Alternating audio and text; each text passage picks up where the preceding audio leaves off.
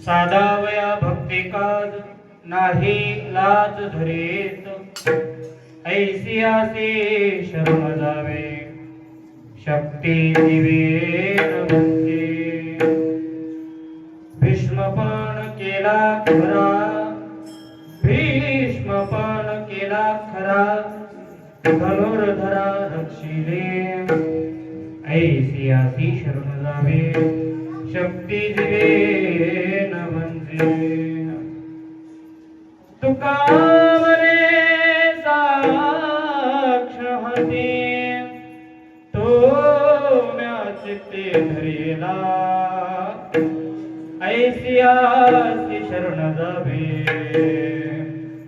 शक्ती दिवेन म्हणजे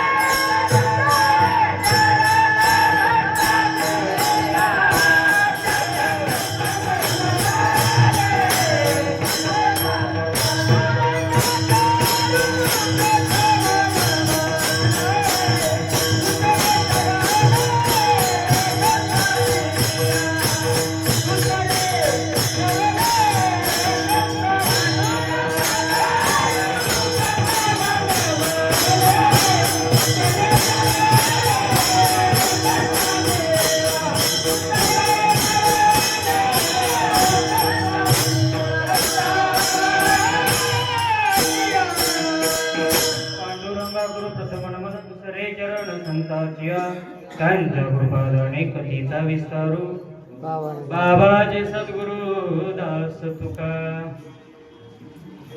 नमो विठ्ठला राजया पांडुरंगा नमो रुक्मिणी माऊली ज्ञानगंगा नमो पुंडलिका नमो चंद्रभागा नमस्कार माझा रुक्मिणी पांडुरंगा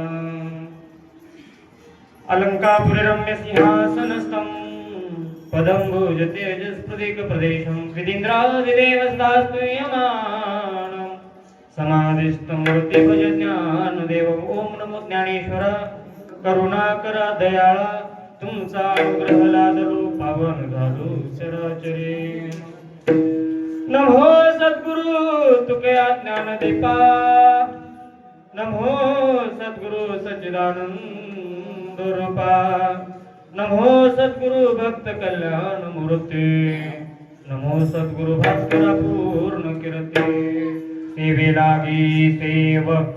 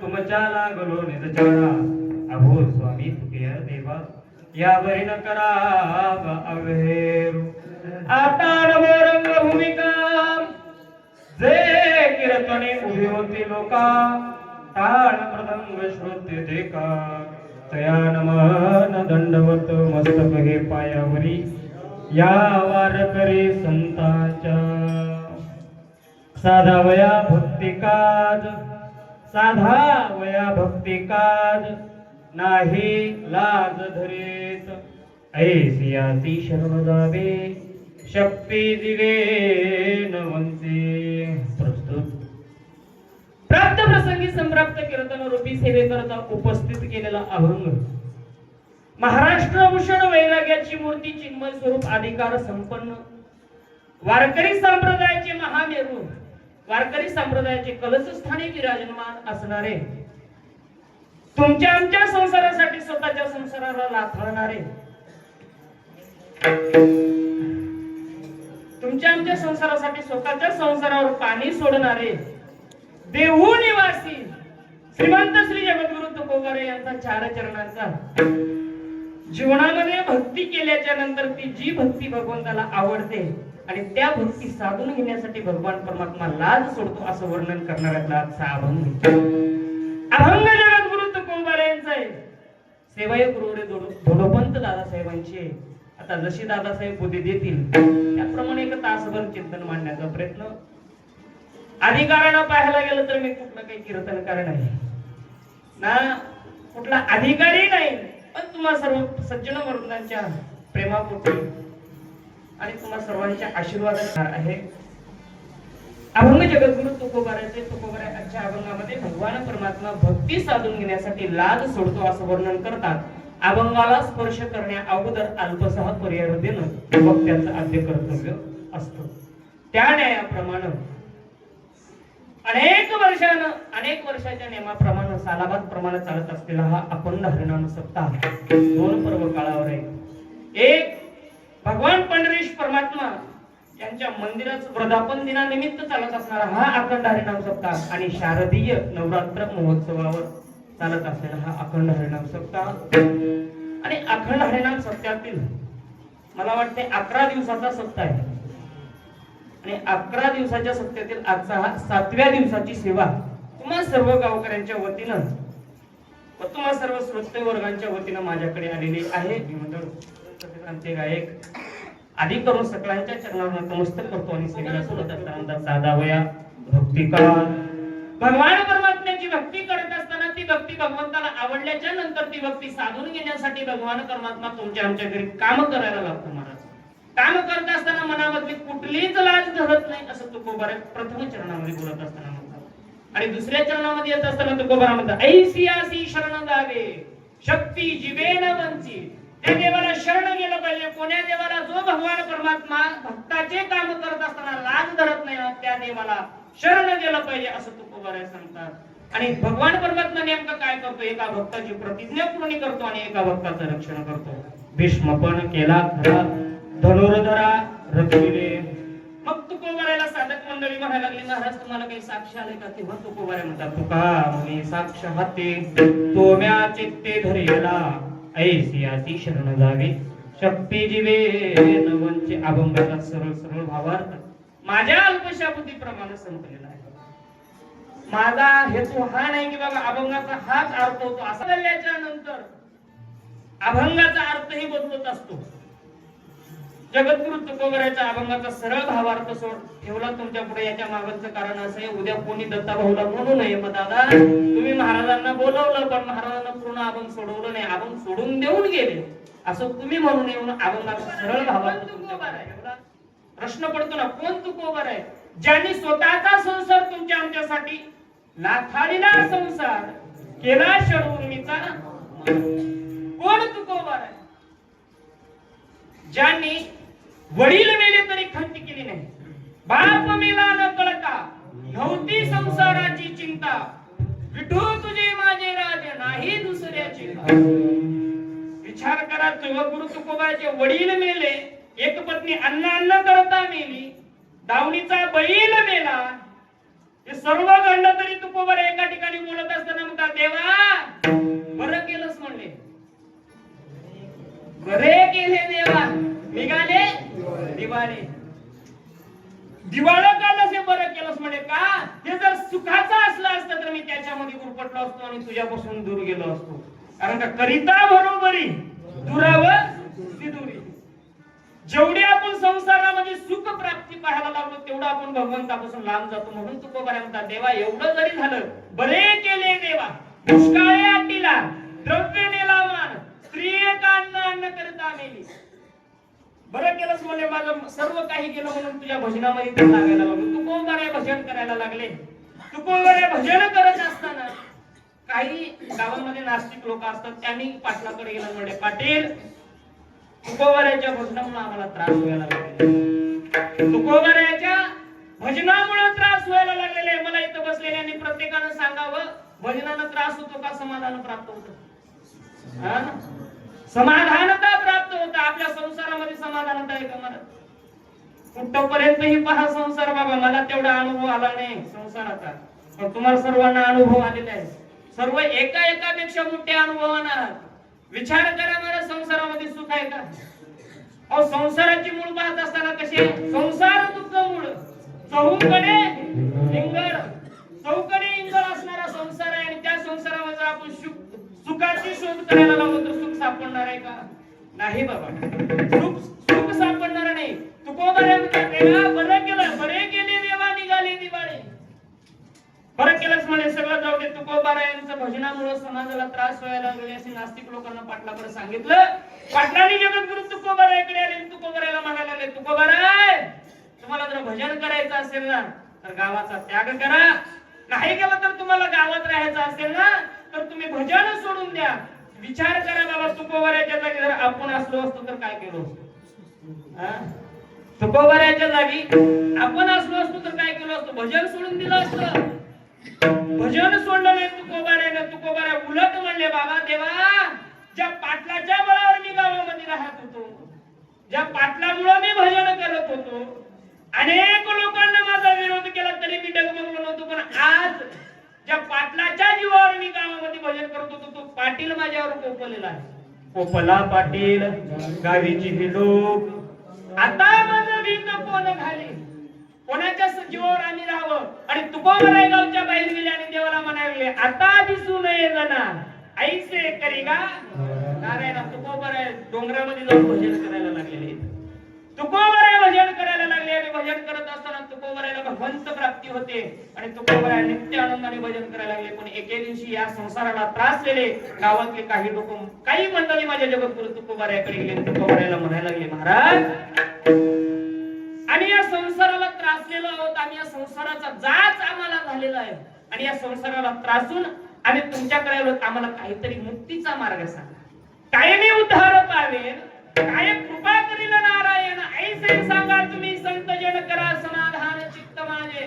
तुकोबराय काहीतरी सांगा म्हणजे आम्हाला या संसार रूपामधून आम्हाला मुक्त होता येईल असं काहीतरी सांगा. तेव्हा तुकोबराय म्हणजे तुम्हाला जर काहीतरी सांगायचं असेल ना, तुम्हाला भक्ती करावी लागेल, भक्ती करावं लागेल. तुकोबराय आम्ही भक्ती करायला तयार आहोत, पण भक्तीचे फायदे काय, नेमकं कोणती भक्ती आम्ही केली पाहिजे. नवविधा भक्ती सांगितलेली आहे.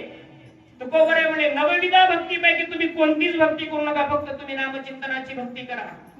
मग तुकोबरायांना ज्यावेळेस छत्रपती शिवाजी महाराजांना द्रव्य देणं पाठवलं होतं, तेव्हा तुकोबराय म्हणे, महाराज आम्हाला हे द्रव्य नको, आम्ही जर कशाला सुखी व्हावं हे वाटत असेल तर आम्ही तेने सुखी म्हणा, विठ्ठल विठ्ठल मुखी.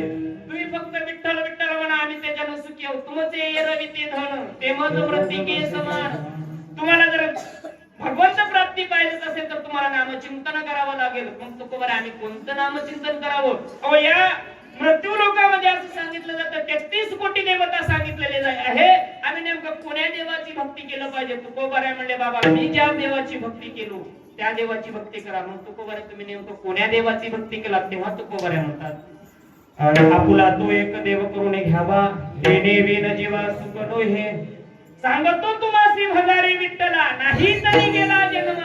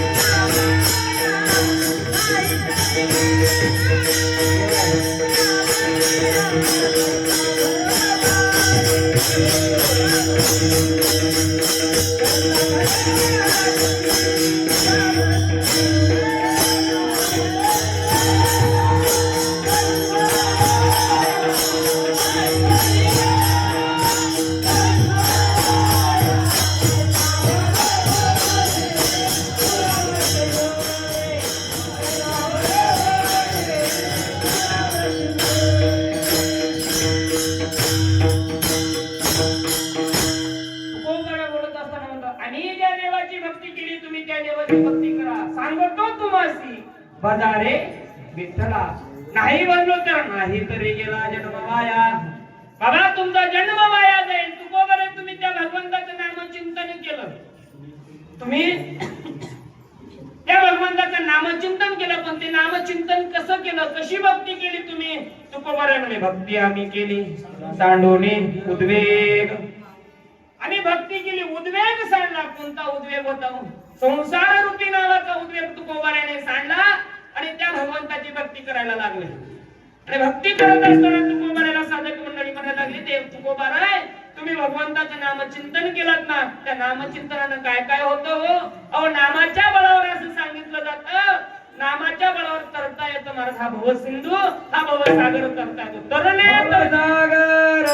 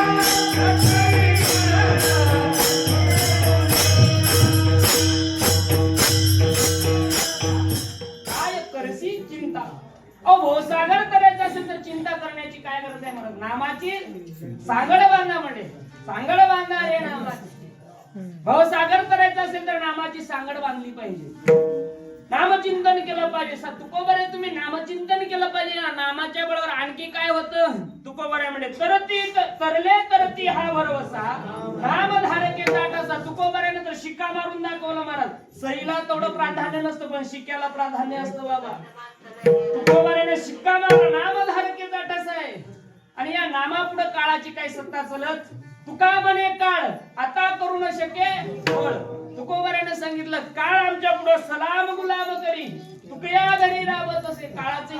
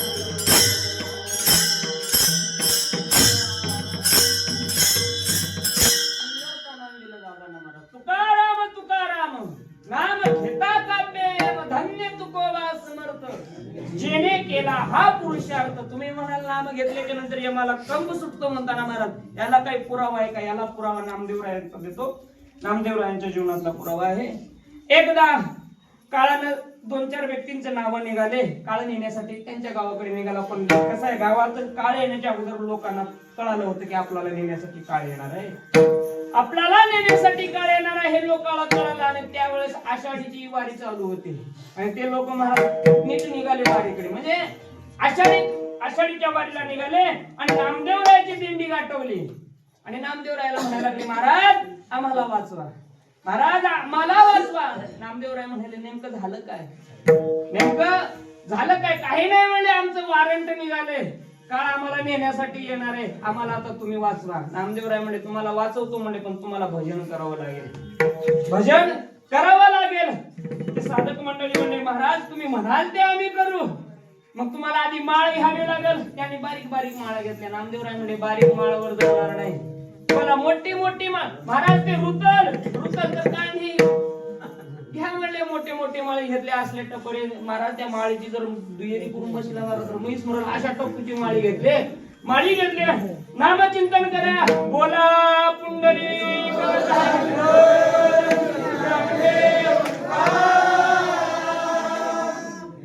असं म्हणल्यावर ते हळू म्हणायला लागले नामदेवराय म्हणले तुम्हाला जर जगायचं असेल तर जोरात म्हणा पुन्हा जोरात म्हणले महाराज आम्हाला जोरात म्हणले इकडे काळ त्या गावामध्ये आला विचारायला लागले म्हणजे अमुक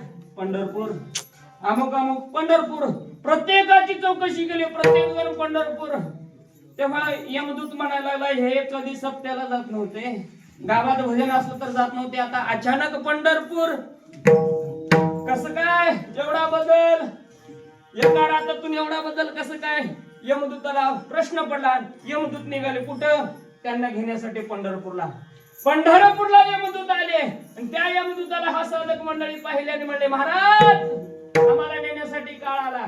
तेव्हा नामदेवराय म्हणले, करा भजन. परत पुंडलिक म्हणले जोरात, आणि ते पुंडलिक काळानं ऐकलं, पळत निघाला महाराज काळ तिथून कुठपर्यंत? वाखरीपर्यंत पळाला.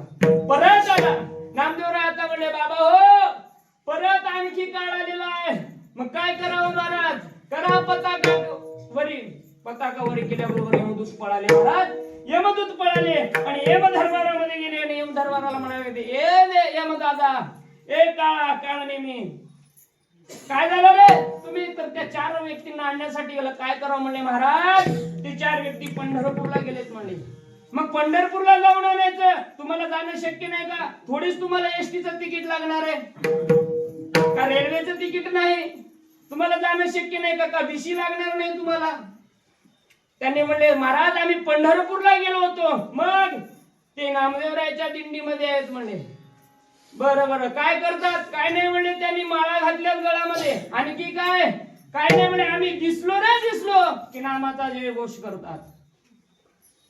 म्हणून तर तू आणखी एक प्रमाण आहे बघा, नका जाऊ तया गावा नाम धारकाच्या शिवा. मग आणखी काय करतात? काय नाही म्हणले, त्यांचा दिंडीचा जो मालक आहे तो नामदेवराय आहेत म्हणे. मग ते काय करतात? यमदूत सांगे, दूत सांगती यमा, दिंडी पुढे चाले नामा, तो नागवी तो आमा, विष्णू दूत म्हणून या. हे नामाची ताकद आहे महाराज. नामाच्या चिंतनानं, नामचिंतन केल्याच्या नंतर भगवान परमात्मा काळावर सुद्धा विजय मिळवता येतात. म्हणजे तुकोबारायचं नामचिंतन घेतल्यावर यमाला जसं कंप सुटतो, याच्यावर आपण इथून पुढे गेलो बरं काय. म्हणजे नामचिंतनामुळे एवढी ताकद असते, नामचिंतनामध्ये एवढी ताकद असते. मग तुकोबारात तुम्ही सांगता, भगवंताचं नामचिंतन केल्याच्या नंतर आमची भक्ती देवाला आवडेल का? हो, तुकोबारा म्हणे, का आवडणार नाही? अहो तुमची भक्ती ना आवडावं यात काय नवल आहे?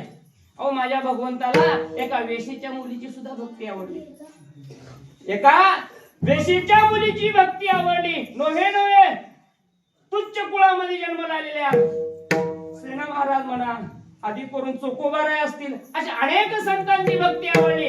तुकोबाराय तर एका ठिकाणी बोलत असताना म्हणतात, भगवंताला उचनीच काही गरज नाही, उचनीच काही नेने भगवंत इसके भाव भक्त जे कोणी या. तुकोबाराय तुम्ही सांगताना भगवान परमात्मा उचनीच काही मानत नाही. आम्ही जर भक्ती केलो, आमची जर भक्ती जर आवडली, भगवान परमात्मा काय कराल? हो, अभंगाच्या प्रथम चरणात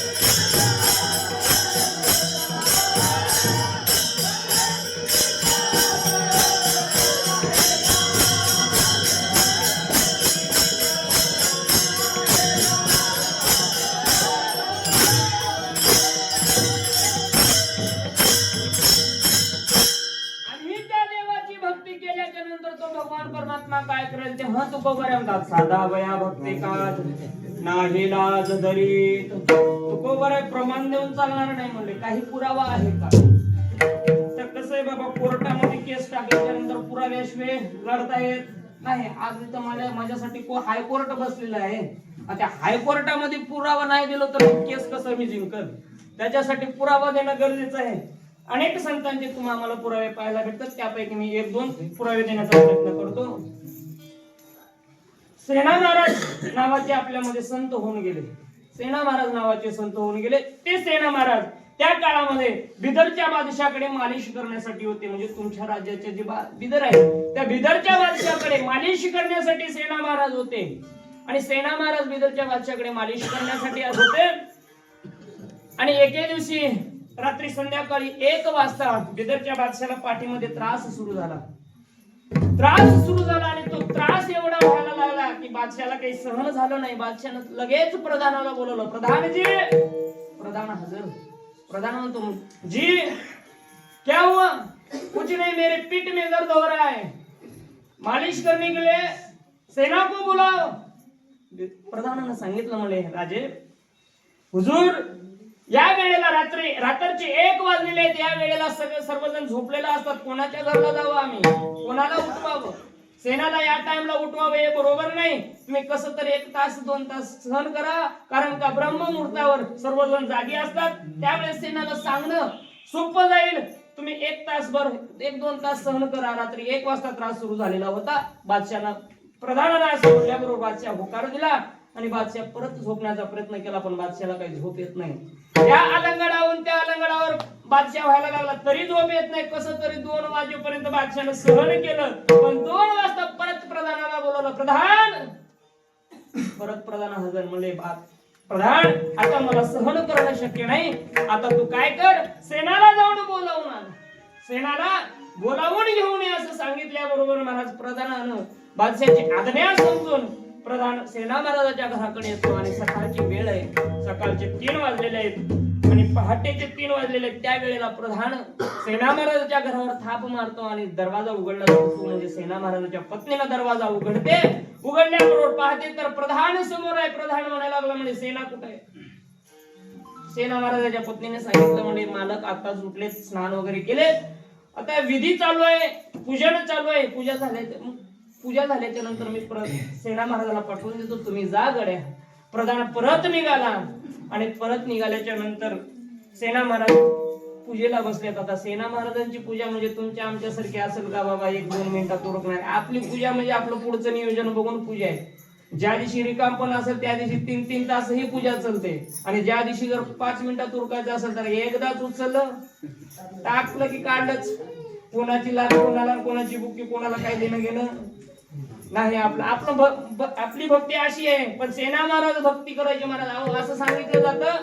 सेना महाराज जर पूजेला बसले आणि सेना महाराज जर मंत्र उच्चारण करायला लागले ना, सकाळी ब्राह्मण लोक सेना महाराजाच्या पाठभीतीला येऊन ते मंत्र उच्चारण ऐकायचे म्हणून असं सांगितलं जातं. सेना महाराज पूजेला बसले. पण रोजच्या नियमाप्रमाणे सेना महाराजाची पूजा 15 मिनिटं चालायची. पण त्या दिवशी नमो नमो सेना महाराज 3 तास पूजेला बसले. 3 वाजता प्रधानानं आणि सेवकानं सांगितलं होतं सेनाला बिदरच्या बादशाहनं बोलवलं. आणि बिदरच्या बादशाहनं 3:30 वाजले. बिदरच्या बादशाहला त्रास काही सहन होत नाही. बिदरच्या बादशाहनं प्रधानाला बोलवलं. प्रधान काय झालं म्हणे, सेनाला बोलवायला गेलतो ना. बिदरच्या बादशाहनं सांगितलं, मालक आम्ही ज्यावेळेस सेनाच्या घरी गेलो होतो, सेना पूजेला बसला होता. आणि सेना पूजेला बसला असल्यामुळं सेनाच्या पत्नीनं दार उघडलं. आणि ते दार उघडल्यावर त्यानं सांगितलं, महाराज पूजेला बसलेले आहेत, तुम्ही पुढे वा, मी त्यांना पाठवून देतो. येत असेल आता येत असेल. प्रधानाला आज्ञा बादशाहने दिली, म्हणे परत जा आणि येताना त्याला मारीत घेऊन या. अशी आज्ञा दिल्याबरोबर सेना प्रधान निघाले. प्रधानाची जात असताना भगवंताला चिंता पडली, जर सेना जर मार खाल्ला तर आपल्या देवपणाला बट्टा लागेल. हा भगवंतानं विचार केला. भगवंतानं विठेवरून उडी टाकली. गुडघ्यापर्यंत धोतर खोचलं, खांद्यावर कामडी, हातात टाकेमध्ये धोपटे अडकवलं आणि या प्रधानांना आणि 4 सेवकांना महाद्वारातच गटवलं. महाद्वारामध्ये गटवलं आणि सेना महाराजाला प्रधानाला पाहिलं म्हणे, प्रधान सेना तुला महाराज बोलवतात, चल लवकर. बरं झालंच म्हणले, आम्ही तुझ्याकडे आलो होतो, महाराजांची आज्ञा होती, बादशाची आज्ञा होती, तुला मारी तिथेपर्यंत घेऊन यायचं, अशी आज्ञा बादशाला दिलं होतं. म्हणजे महाराज मला कळल्याबरोबर मी निघालो आणि आलोच आता. महाराज विचार करा, खरा सेना महाराज होते का ते? खरे सेना महाराज होते का? नव्हते. पण सेना महाराजांचं रूप धारण करून भगवान परमात्मा बिदरच्या बादशाह जवळ येतो. तेव्हा बिदरचा बादशाह म्हणतो, सेना आलाच रे? हो हुजूर. काय झालं? काही नाही म्हणले, पाठीमध्ये त्रास व्हायला लागलेला आहे, थोडी मालिश करून दे. बसा खुर्चीवर. महाराज बादशाह खुर्चीवर बसलेला आहे. भगवंतानं तेल घेतलं, तेलामध्ये आपली 5 बोट बुडवलं आणि बादशाच्या पाठीवर हात ठेवल्याबरोबर त्रास गायब झाला. हात ठेवल्याबरोबर त्रास गायब झाला. झोप लागली. तेवढ्यामध्ये हुसेन नावाची बेगम बादशाकडे आली. म्हणजे हुजूर क्या सोने हो? खडबडून जागा झाला. नींद लग गई थी. सेना काय तुम्हारे पीछे? काय बोलवलं सेना महाराजाला, पुढे बोलवलं. म्हणाले, सेना तुझा हात बघू तर. विचार करा महाराज, खरं सेना महाराजाचा हात होता का? भगवान परमात्मा किती सुंदर आहे. गौडण्यामध्ये अनेक ठिकाणी आपल्याला सुंदरतेचं प्रतीक पाहायला मिळतं. राजस सुकुमार मदनाचा पुतळा रवी शशी कळा लोकलिया, किंवा तुकोबाराय बोलत असताना सुंदर ते गाणू हे विटेवरी कर कटेवरी ठेवून या. माऊली जानोबाराय सुद्धा बोलत असताना म्हणतात, रूप पाहता लोचनी सुख झाले हो साधनी. रूप पाहिल्याबरोबर सुखाची प्राप्ती होती. तो भगवान परमात्मा जर मालिश केल्याच्या नंतर कशी समाधानाची झोप लागत नाही हो. सेना महाराजाला समोर बोलवलं, हात पाहायला लागला आणि प्रधान खजिनदाराला जवळ बोलवलं, सांगितलं म्हणायला 2 मोठी सुवर्ण मुद्रा देऊन टाका. 2 मोठी सुवर्ण मुद्रा दिलं. भगवंतानं ते धोपटीत तसंच ठेवलं. भगवान परमात्मा निघून गेले. धोपटी सेना महाराजांच्या घरी अडकवली आणि भगवान परमात्मा विटेवर जाऊन जशाच तसे उभे टाकले आणि इकडे सकाळची वेळ आहे. सकाळी 6 वाजता सेना महाराजाची पूजा आटोपली. सेना महाराजाची पूजा आटोपल्याबरोबर सेना महाराजाच्या पत्नीने सांगितलं म्हणे, रात्री 3 वाजता बादशाचा प्रधान तुमच्याकडे आला होता, सांगितलं होतं बादशाच्या पाठीमध्ये त्रास सुरू आहे, तुम्हाला मालिश करण्यासाठी बोलवलेले आहे. विचार करा, सकाळी 6 वाजता सेना महाराजाला बातमी कळाली. सेना महाराज निघाले. 6:30 वाजता येऊन पाहतात तर बादशाह आणि प्रधान दोघं बगीचेमध्ये फिरायला लागलेले. दोघं बगीचेमध्ये फिरत असताना सेना महाराज समोर येतात. त्यावेळेस बादशाह म्हणतो, सेना आता कस काय आलास परत? सेना महाराजाला वाटलं आपण उशीर केल्यामुळे बादशाह थोडं आडपाटा लावून बोलत आहे किंवा आडपाय घालून बोलत आहे. म्हणजे सेना महाराज बादशाला राग आला असेल म्हणून बोलत आहे. सेना महाराजाला वाटलं. सेना महाराज म्हणायला लागले, हुजूर मुझसे गलती हो गई, मुझे माफ कर दो, अगली बार से नहीं करूंगा ऐसा. असं करणार नाही, पुढच्या बारला मी असं करणार नाही. सेना महाराज बोलत असताना बादशाला काही कळत नाही. सेना महाराजाला बादशाह म्हणतो, सेना अरे सकाळीच तू आला होतास, मी खोटं नाही बोलत, मी आडफाटा घालून बोलत नाही, सकाळीच तू आला होतास ना. बादशाह साहेब, नाही बाबा यापुढे होणार नाही. अरे सेना तू सकाळी आला होतास, तू माझी मालिश केलास, मी तुला 2 मोठी सुवर्ण मुद्रा दिलेले, बघ तुझ्या याच धोपटीमध्ये तू ठेवलेले. सेना महाराजाने धोपटी उडून पाहिले तर 2 मोठी सुवर्ण मुद्रा पाहिलं. सेना महाराजाला कळालं बाबा कोण आलं होतं काय नाही. सेना महाराजाच्या डोळ्यामध्ये पाणी आलं. सेना महाराज रडत रडत आपल्या घराकडे निघाला. सेना महाराजाच्या पत्नीनं दारातूनच पाहिलं. म्हणजे मालक रडत येत, मालक रडत येत आहेत. आता काही नेमकं बादशाह मालकाला मारलेलं आहे. उशीर झाल्यामुळं मालकाला बादशाहनं नेमकं मारलेलं आहे असं विचार सेना महाराजांच्या पत्नीच्या मनामध्ये चिंतन चालू असताना सेना महाराज घराजवळ येतात. सेना महाराजाला पाय धुण्यासाठी पाणी दिलं. सेना महाराजाने पाय धुतलं आणि पिण्यासाठी पाणी दिल्याबरोबर पत्नी विचारायला लागली, मालक तुम्हाला बादशाहनं मारलं का हो? मालक तुम्हाला बादशाहनं मारलं का हो? असं प्रश्न केल्याबरोबर बादशाहनं काही नाही मारलं. रडतात कस का? रडण्याचं कारण काय? तेव्हा सेना महाराज म्हणायला लागले, जे आज पाप घडले ना त्या पापाची भागीदारी तू आहेस ना, त्या पापाचं कारण तू आहेस. रात्री 3 वाजता प्रधान आणि सेवक आले असताना तू जर मला सांगितलं असतं तर देवाला, माझ्या भगवंताला, माझ्या पंढरीश परमात्म्याला विटेवरून खाली उतरावं लागलं नसतं, त्या बादशाची पाठ चोळावी लागली नसती. तेव्हा सेना महाराजांची पत्नी बोलायला लागली, मालक मला 3 वाजता सांगावंसं वाटलं, पण तुम्ही पूजेमध्ये बसलेला आहात आणि पूजा भंगण्याचा दोष मला लागेल म्हणून मी तुम्हाला पूजेतून उठवला नाही. हे जगद्गुरु तुकोबारायनं दृष्टांत डोळ्यासमोर ठेवला. म्हणून तुकोबाराय म्हणायला लागले, बाबा काय म्हणतात अभंगाचं प्रथम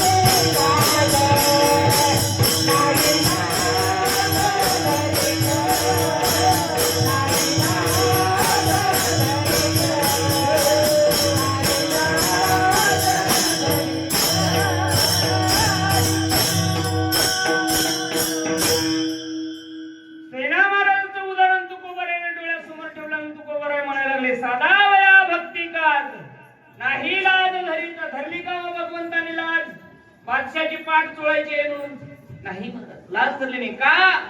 सेना महाराजांनी भक्तीच तेवढी केली होती महाराज, भक्तीच तेवढी केली होती. ती भक्तीच्या पोटी भगवंताला जावं लागलं.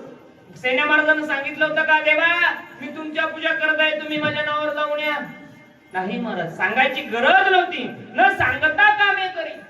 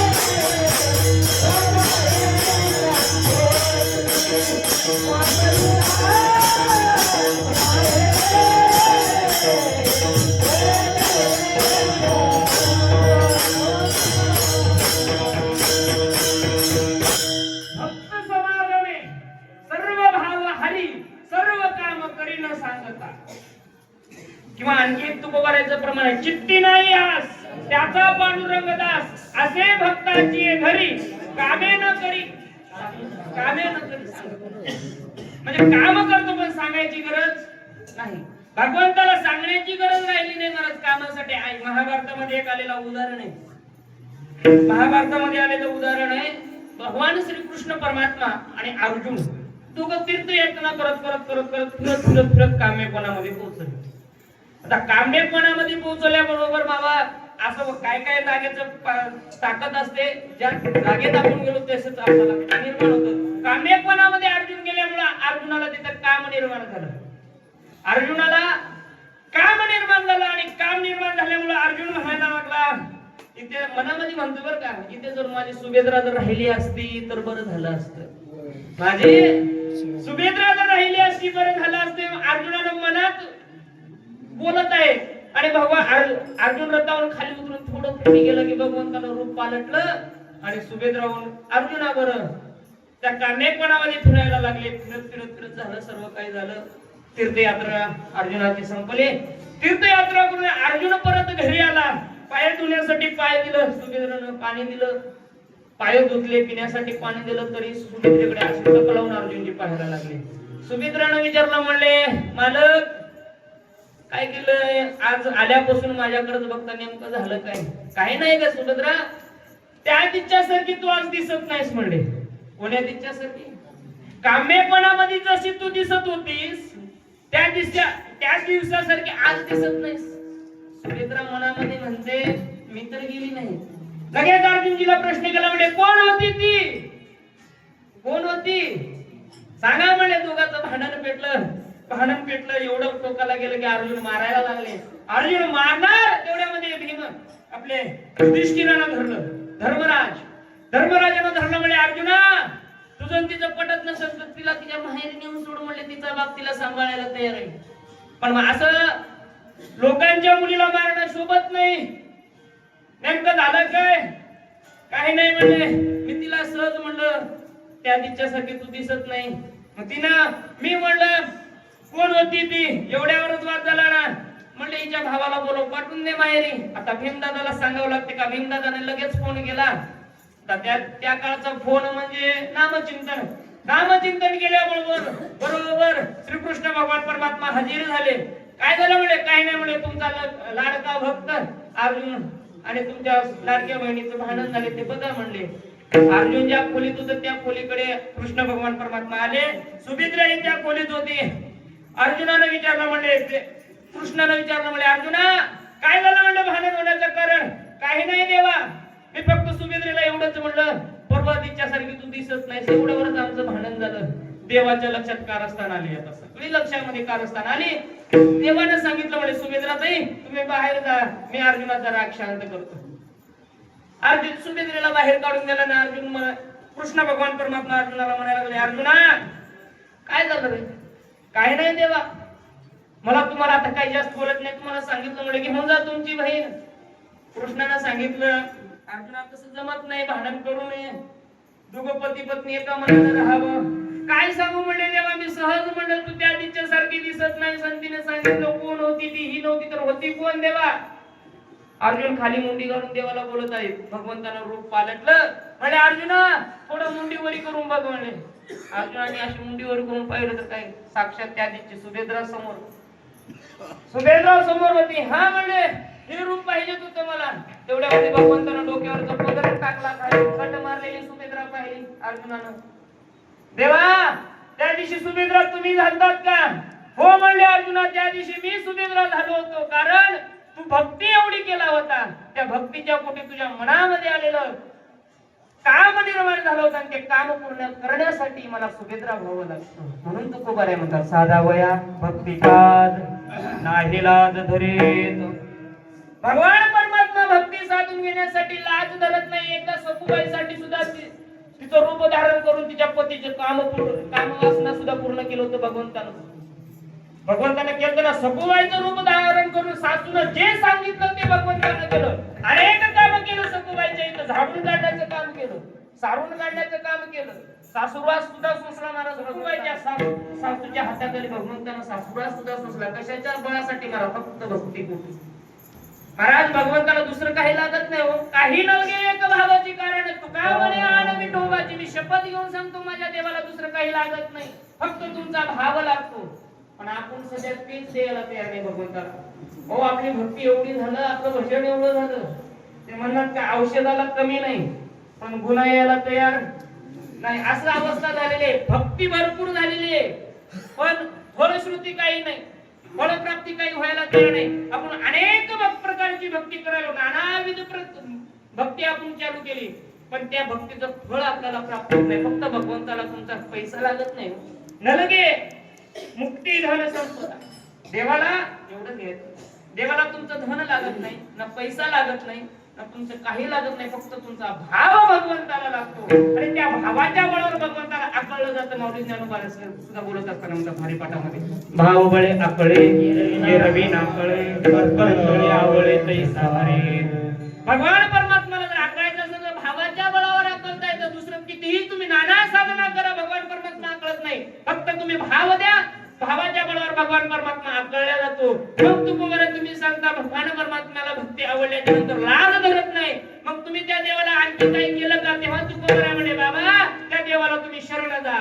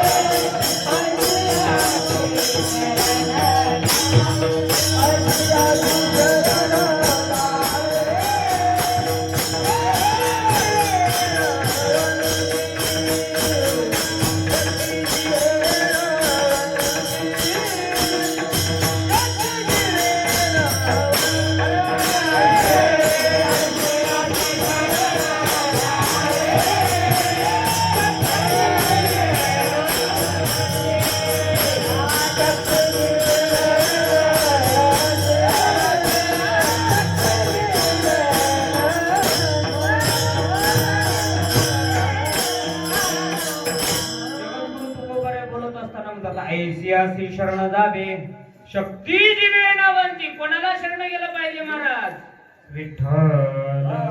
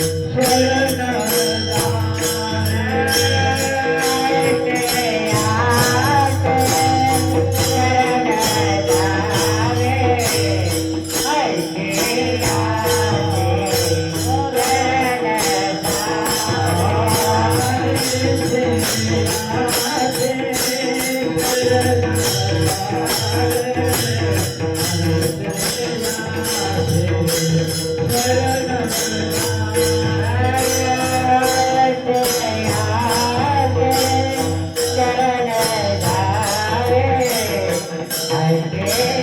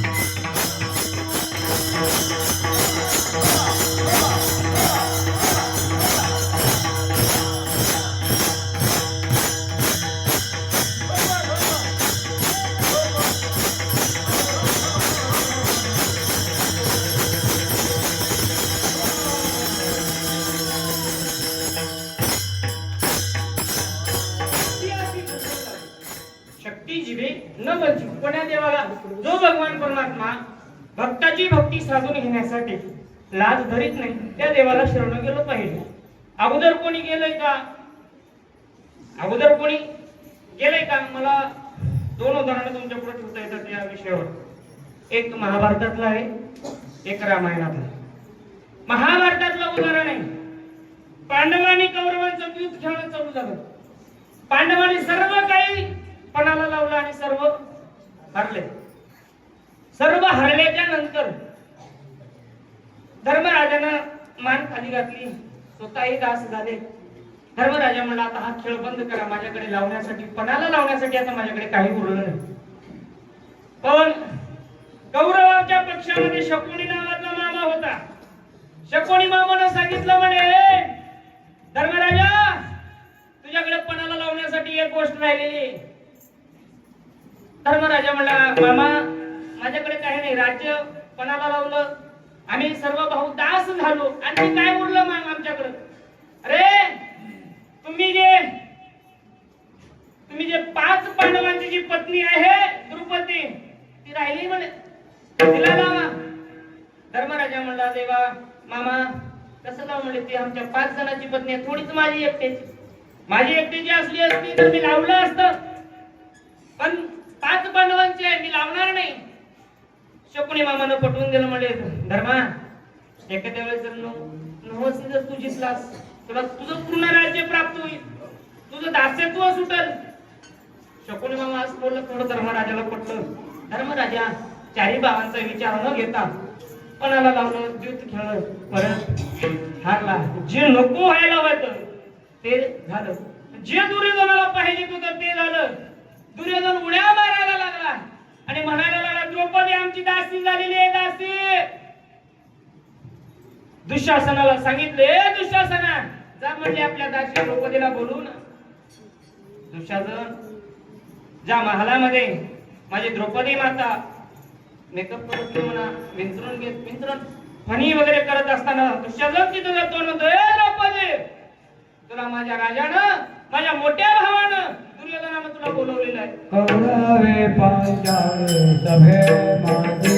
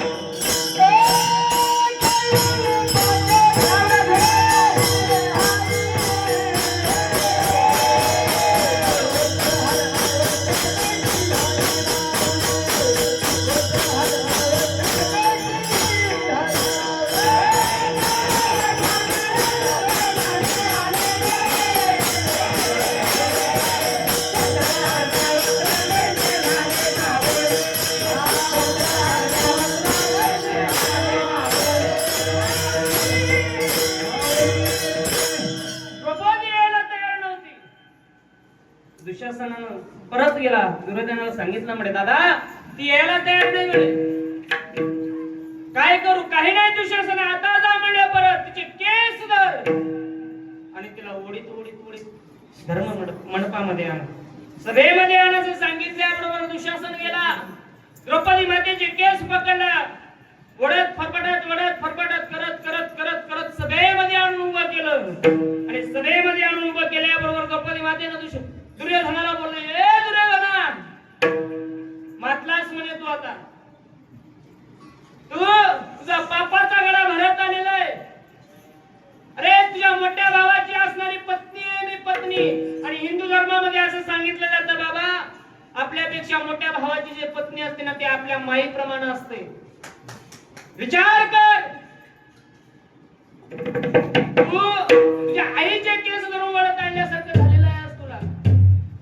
ए दुःशासना, तुला हे पाप भोगावं लागलं. त्या सभेमध्ये द्रौपदी बोलत होती. द्रौपदी बोलत असताना एवढ्यावर दुर्योधनाने थांबला नाही. दुर्योधनाने दुःशासनाला आज्ञा दिली, ए दुःशासना, बघतोस काय म्हणजे निर्वस्त्र करण्याचा प्रयत्न कर. महाराज, द्रौपदी माता आपल्या स्त्री त्या सभेमध्ये उभी आहे आणि सभेमध्ये उभी असताना दुःशासनानं एवढा धाडस केलं की द्रौपदी मातेच्या पदराला हात घातला.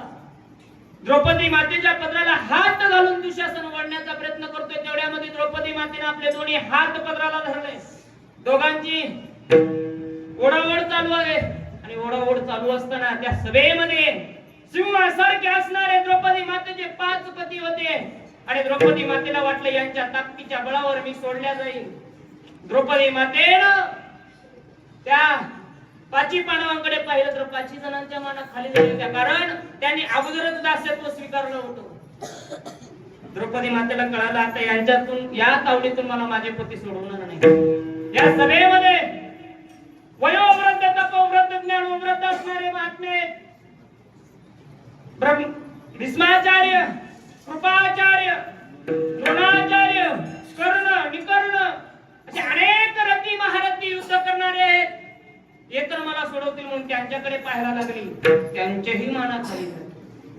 त्यांचे माना खाली झाल्या आणि दुःशासन पदर ओढतोय. द्रौपदीने होता होईल तेवढं पदर धरण्याचा प्रयत्न केला. आता दुःशासन ऐकणार नाही. एका पुरुषाच्या ताकदीपुढे एका स्त्रीची ताकद किती वेळ चालणार आहे. द्रौपदी मातेने दोन्ही हात सोडले आणि देवाला विनंती केली,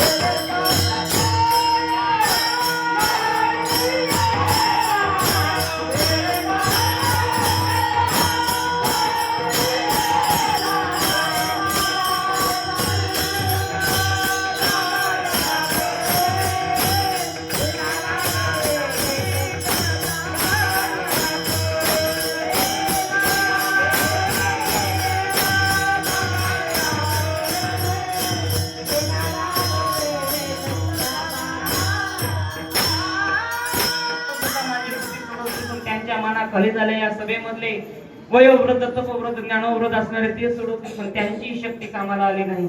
देवा आता तुझ्याशिवाय मला सोडवणार या जगात कोणी नाही. मला असं वाटतंय बाबा, या जगातून जर आपल्याला मुक्त व्हायचं असेल तर या जगामध्ये फक्त एकलाच असणारा भगवान परमात्मा तुम्हा आम्हाला या भवसागरातून सोडवू शकतो. नाही गेलं तर या जगाच्या बाजारामध्ये कोणावर विश्वास ठेवू कळत नाही. कोण कधी घात करेल काही सांगता येत नाही. मला असा काळ आहे आणि कलियुग आहे, आणि या कलियुगामध्ये काय काय घडेल काही सांगता येत नाही बाबा. मग साधू संत महात्म्याने अनेक या कलियुगाविषयी भरपूर बोलून गेलं. ते जर सांगत बसलं तर इथं 1 वाजल आणि मला तर वाटते माझी ठरलेली वेळ संपलेली. मला 5 पांडव होते, तिची शक्ती ही तिथं काही कामाला आली का नाही. मला तिला सोडवला तर भगवान परमात्मा सोडवतो. म्हणून तर सुखोबरा ऐसी आसी शरण जावे शक्ती जिवेण वंती, हा महाभारतातला पुरावा झाला. आणि हनुमंतराय म्हणजे रामायणाचा पुरावा देतो. ज्या वेळेस लक्ष्मणजीला शक्ती लागलेली राहते, द्रोणांगिरी आणण्यासाठी सांगितलं असते, त्यावेळेस कोण जाईल हा प्रश्न सगळ्यांच्या समोर पडतो. पण जाणारा होता तो एका ठिकाणी नामचिंतनामध्ये व्यस्त असतो. सर्वांनी त्याची विनंती करतात आणि हनुमंतरायाला थोडं तिथं अभिमान होतो बरं का. माझ्यासारखा दूत असताना देवा तुम्हाला चिंता करायची काय गरज आहे, हा अभिमान हनुमंतरायाला तिथं निर्माण होतो. आणि द्रोणांगिरी आणण्यासाठी हनुमंतराय जातात. हनुमंतराय गेल्याच्या नंतर हनुमंतरायाला औषधी कळते का बाबा. त्याच्या अगोदर काळनेमी राक्षस कळाला नाही का. काळनेमी राक्षस कसा हे सांगण्यासाठी त्या मगरीतली अप्सराने सांगितलं, हनुमंता तुझ्याला साधू म्हणून बसलास, तो साधू नाही, तो असणारा तुला छळ करण्यासाठी आला, छळवाद करण्यासाठी आलेला आहे. गुरुवर्य हरिभक्तपरायण सतीश महाराज पाटील लिंगापूर यांनी सांगायचे, बोलत असताना म्हणजे म्हणायचे, साधू कोण ओळखायचं असेल तर संतांनीच ओळखावं. साधू कोणाला ओळखत नाही, पण संतांना सुद्धा कुठं कुठं फसवलं जातं. हनुमंतरायाला सुद्धा कळालं नव्हतं की हा साधू आहे का. महाराज हनुमंतराय रामभक्त होते, निज भक्त तू निज भक्त हनुमंतराय होते. आणि हनुमंतराय भगवंताचं काम करण्यासाठी आले, पण काळनेमी हा त्या कामामध्ये अडथळा घालण्यासाठी आला होता. उलट रामायण सांगितलं होतं काळनेमीनं, तरी हनुमंतरायाला गोड वाटलं होतं. मला कसंही सांगा, जे भक्त असतात त्यांना गोडच वाटतं. पण हनुमंतरायाला अहंकार कुठं झाला होता. हनुमंतराय म्हणे, ते माझ्यासारखा दूत असताना तुम्हाला चिंता करायची काय गरज नाही, आता जातो लगेच औषधी घेऊन येतो. हनुमंतराय उठान गेले काळनेमीचा वध केले, कारण काही तर काही शक्ती नाही सर्व काही सांगत बसायला. काळनेमीचा वध केले आणि तृणांगिरी पर्वतावर गेले. पाहता तर जिकडे पाहावं तिकडे औषधी चमकले, तिकडे चमकायली म्हणून हनुमंतराय तिकडे गेले, तिकडे चमकायला लागले. हनुमंतरायला कळत नव्हतं. तेव्हा हनुमंतराय म्हणतात, तिथे एक नाथ बाबांनी उभे ठेवले, आतापर्यंत जेवढा पुरुषार्थ केला होता तेवढा वाया गेला. जितकाची पुरुषार्थ केला उतकाची अवघा वाया गेला. काळनेमी राक्षस भेटला, तोही मारिला वायाची. नाथ बाबा सांगायला लागले, जेवढं पुरुषार्थ केलं ते वाया गेलेले आहे देवा. तेव्हा हनुमंतराय भगवंताला शरण जातात, देवा आता या संकटातून तू सोडव. तेव्हा बघा विचार करा, हनुमंतरायामध्ये किती शक्ती होती. तरी हनुमंतराय शरण गेले की नाही. आपल्यामध्ये काय आहे, आपल्याकडे काहीच नाही महाराज. अहो एक धन आहे ते कुबेराच आहे, आणि देह आहे ते काळाच आहे, ते जाणार आहे. आपलं येथे मनुष्याचे काय आहे. मग आपण गर्व कशावर करायला लागलो. देवाला शरण गेलं पाहिजे. आपण शरण जात नाही.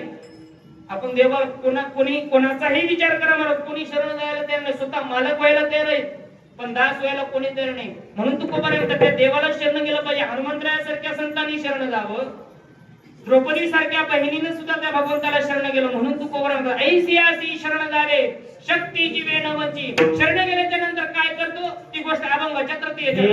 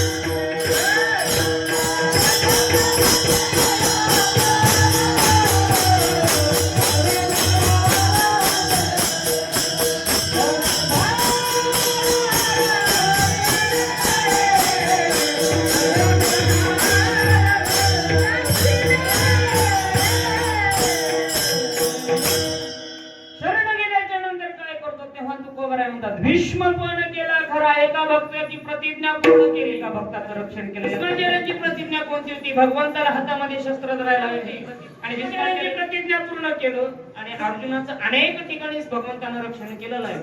मग भगवान परमात्मा रक्षण करतो, तुकोबर तुम्ही रक्षण करतो म्हणता, आणखी काय करतो का? तुकोबर तुम्ही सांगताना भीष्माचार्याची प्रतिज्ञा केली, अर्जुनाचं रक्षण केलं हे सांगता, पण तुम्ही लोकांचं सांगितलं, तुम्हाला काही पुरावा आहे का? तुमची काही साक्ष आहे का?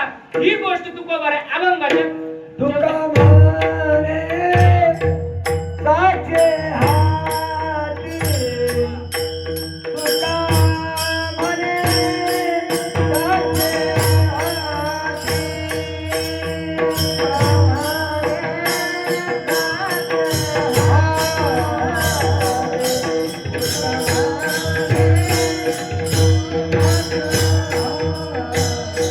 तुका